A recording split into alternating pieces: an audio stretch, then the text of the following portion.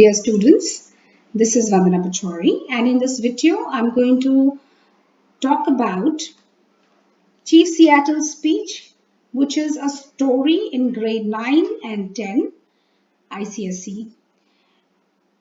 In this story, let us understand first a little glimpse of its history. Basically, Chief Seattle was born the year 1786 and he lived until 1866. He was a prominent figure among his people. And although there are reasonable doubts about the accuracy of the translation, we can infer from the general tone there is a deep knowledge of life and understanding of humankind, which emanates from the deepest reserves of wisdom in the human heart.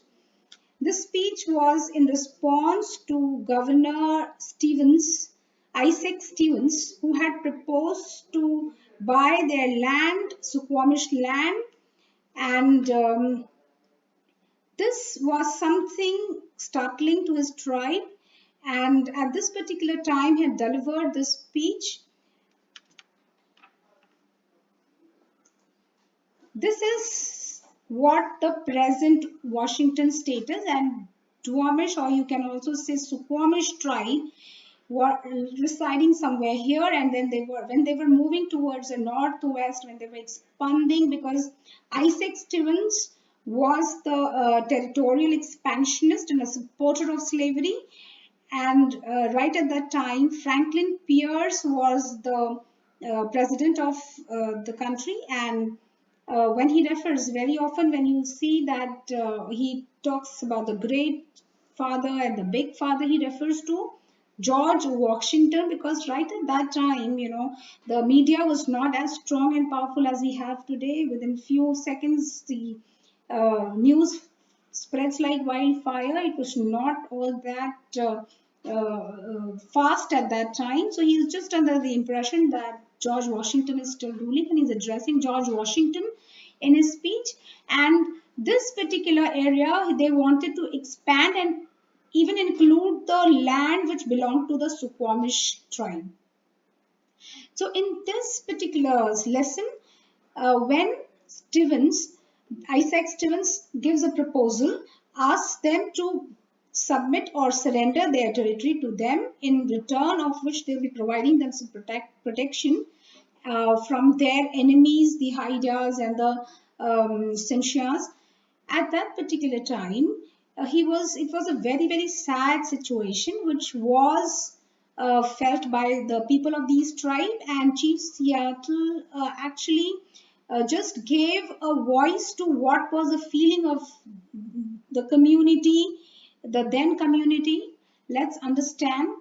This is the picture of Isaac Stevens, who was the governor of the territory of the Washington. This is Franklin Pierce, the president of US, and George Washington, who probably he addresses in his speech as Big Chief and White Chief. Otherwise, in reality, politically, he was the president. Franklin Pierce was the president. So we'll just need all these information when we are going to learn about the story. Let's start with this piece of speech spoken by Isaac. Yonder sky that has wept tears of compassion upon my people for centuries untold, and which to us appears changeless and eternal, may change. Today is fair. Tomorrow it may be overcast with clouds.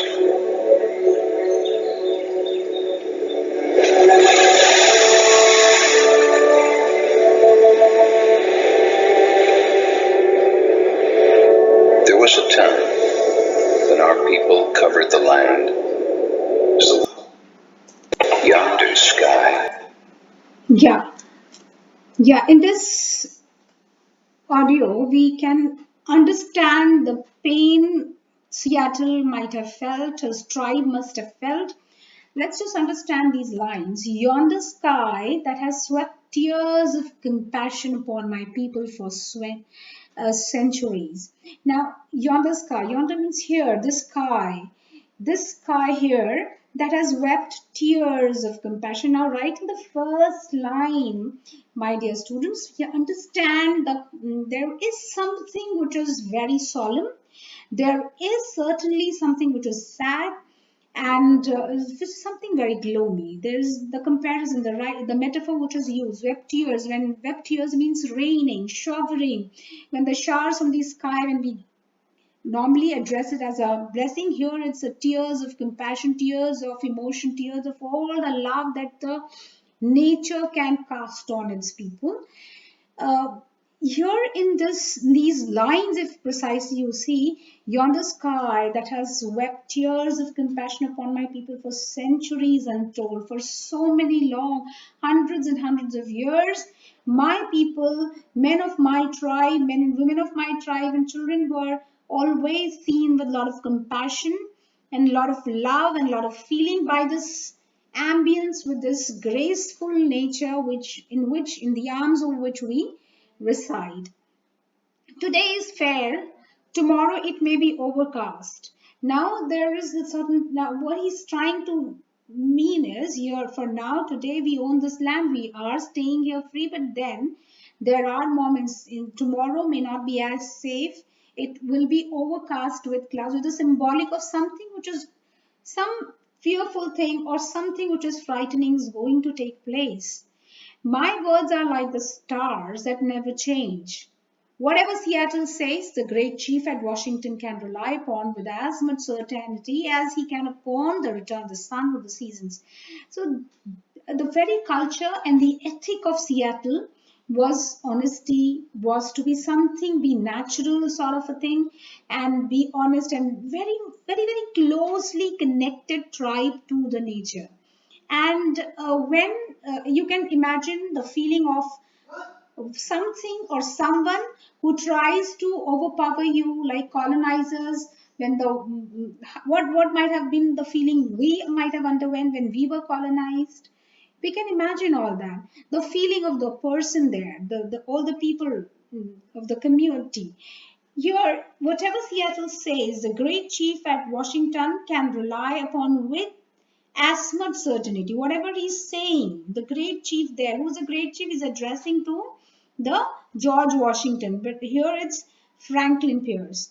So George Washington is trying to address the president, and he wants to say that whatever I am speaking, he can certainly rely on my words, as he can upon the return of the sun or the seasons, as he is very sure that there will be a sunrise tomorrow, there will be a sunset tomorrow, there will be winters after the rains are over, there will be summers after the winters. So how these things are all set, it's all natural in the circle of, they have their own precise harmony and their own system which cannot be changed. My words can be taken as particular, as same as the system of this nature, as something which cannot change its root. The white chief says that the big chief at Washington sends his greeting of friendship. What is the white chief saying? He's saying that the big chief, white chief here is Stevens, Isaac Stevens. And the big chief at Washington is, according to him, is George Washington. Otherwise, we know that the right person who was at that particular time ruling as the president was the Franklin Pierce. So he's saying that, so big chief, white chief says that the big chief Stevens is saying that President of America has sent us greetings of friendship and goodwill. He has sent us friendship. He has sent us his goodwill to us. And this is kind of him, for we know he has little need for friendship. This is so kind. He's such a humble man if he's, doing this, because he knows, and we know too, that he hardly needs our friendship in return. His people are many, and they are like grass that covers vast prairies. He has so many people with him. He has large army of men. So they are like grass, they are everywhere, they are uncountable, they are countless people. Whereas, there's a comparison, there's a simile used here. They are like grass that covers the vast prairies. Prairies, there's a grassland, I'll just give you a glimpse of this prairies. Just take a look. This is prairies. This is the picture here. Look at the grass, the number of grass. It's, countless number of grass. Or you just cannot. And he's also comparing to, he's then saying, they are like the grass that covers vast prairies, and my people are few. What he's saying is, my people are few as compared to the white men, the colonizers. They resemble the scattering trees of a storm-swept plain. My people are just the scattering. There's another metaphor here. He's saying that my people are like scattering trees. Scattering trees, I mean, just when there's a storm that had been, washed over a particular land, how does it appear? It will appear that all the trees have fallen, they are dead, and the remaining ones are barely you can count. And whereas their people are compared to prairies, there are so many grasses, so many, they're everywhere, they're countless in number. The great and I presume good. Now, he is the great chief. He's a great chief, of course. He is the president of the country, and he's good too. And I believe that he's very kind and generous because he's forwarding his hand of friendship to us in return. When we know that he doesn't need our support as much as we need. So, White Chief sends us word that he wishes to buy our land, but is willing to allow us enough to live comfortably. Now, when he says that, White Chief is sending us word. He's sending us greeting that he wishes to buy our land. He also sends us a message that he wants to buy our land, but he is willing to allow us enough to live comfortably. He is also generous enough. Now, there is also a little sarcasm. He's great, and also he is good when he's trying to take away the land that belongs to me, and I had such a deep connection with my land. He knows it. Despite this fact, he's ready to take the land away from me. So he wishes to buy our land, but is willing to allow us enough to live comfortably as well. He's also wishing us, giving us, allowing us, permitting us a small piece of land which is enough for us. This indeed appears just, even generous for Red Man, no longer has rights that he need respect, and now for maybe wise also, as we are no longer in need of an extensive country. What he's trying to say is, see, this indeed appears just. It is even just because now only handful of people of his community are alive. Rest all have been scattered. All of them have been dead. So this is a kind and a generous offer from him, and for us as red man, we don't really deserve a right to be honored. We don't deserve that right to be respected.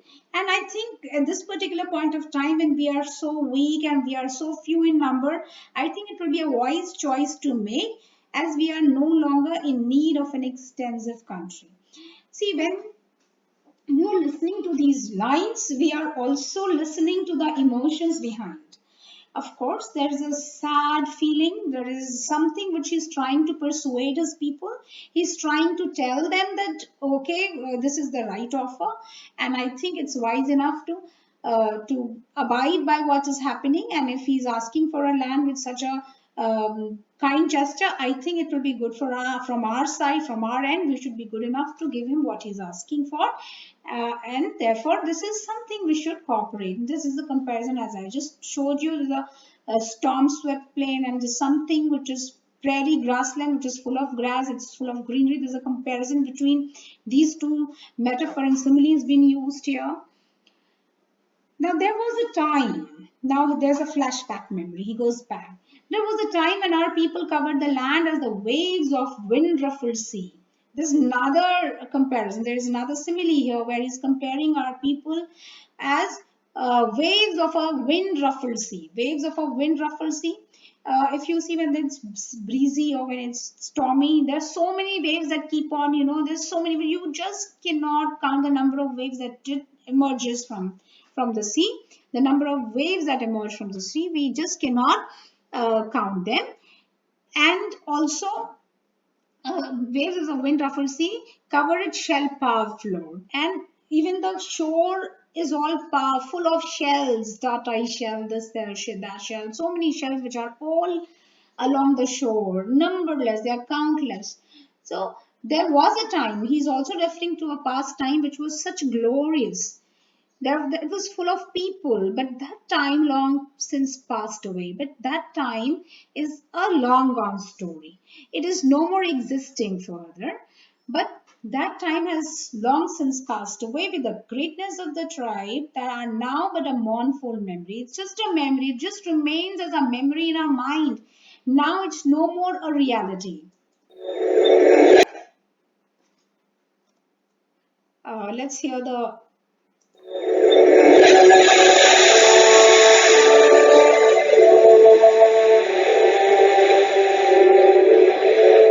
There was a time when our people covered the land as the waves of a wind-ruffled sea cover its shell-paved floor.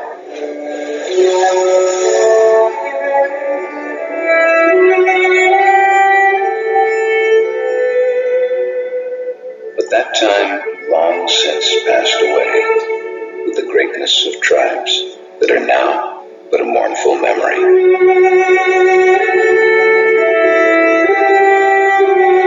I will not dwell on nor mourn over our untimely decay, nor reproach my pale-faced brothers with hastening it, as we too may have been somewhat to blame. Yeah.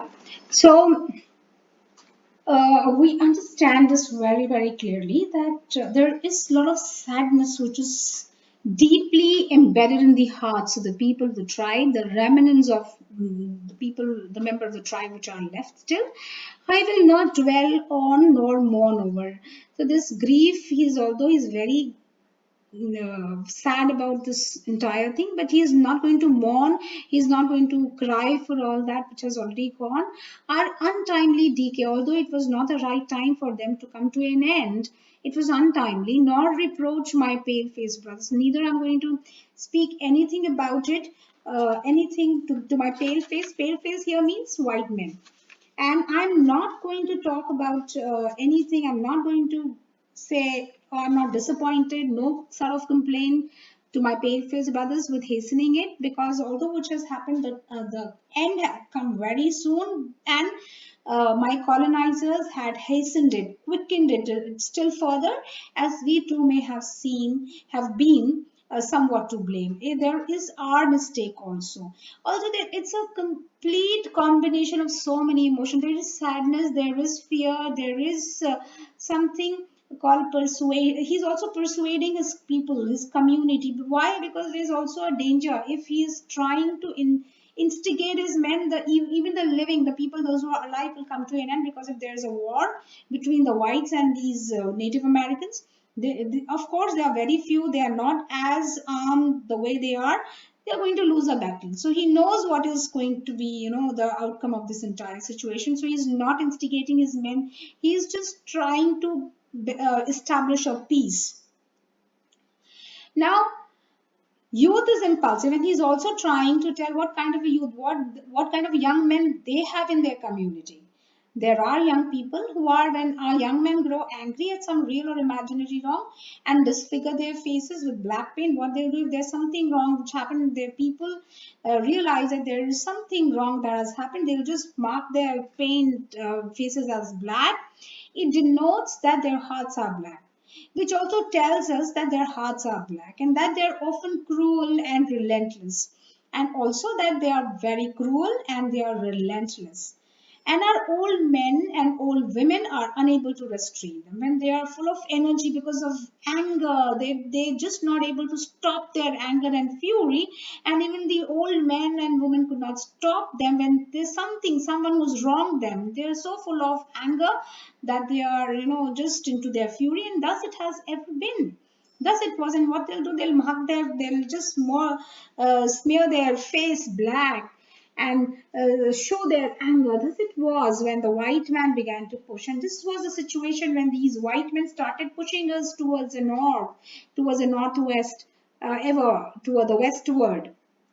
All right. So, push our forefathers ever westward. So every time there was this hunger of land by the colonizers, which they had been, trying to impose themselves on these people. But let us hope that the hostilities between us may never return. I just hope this hostilities, this enmity and this conflict should not turn into a war between these two people, the whites and the Native Americans or the Red Indians. We would have everything to lose and nothing to gain. If this happens, suppose if this sad thing turns out, we will be the person, will be the group who is going to be losing everything because we have nothing to gain in that. Revenge by young men is considered gain, even at the cost of their own lives. But the old men who stay at home in times of war and mothers who have sons to lose know it better. So for young men, it is okay. But there might be some number of people, young people who must be provoking the tribe to counteract or try to pull them into a war. But I believe in these words. We know that Seattle is following a very peaceful path in which everyone will be benefited so that this war can be stopped and everything can be settled in a peaceful way. There shouldn't be any kind of a harsh sort of a relation between both the groups. In this video, I'm going to stop here and please watch part 2. After this, I'll continue the remaining of the lesson in part 2. Thank you and keep watching.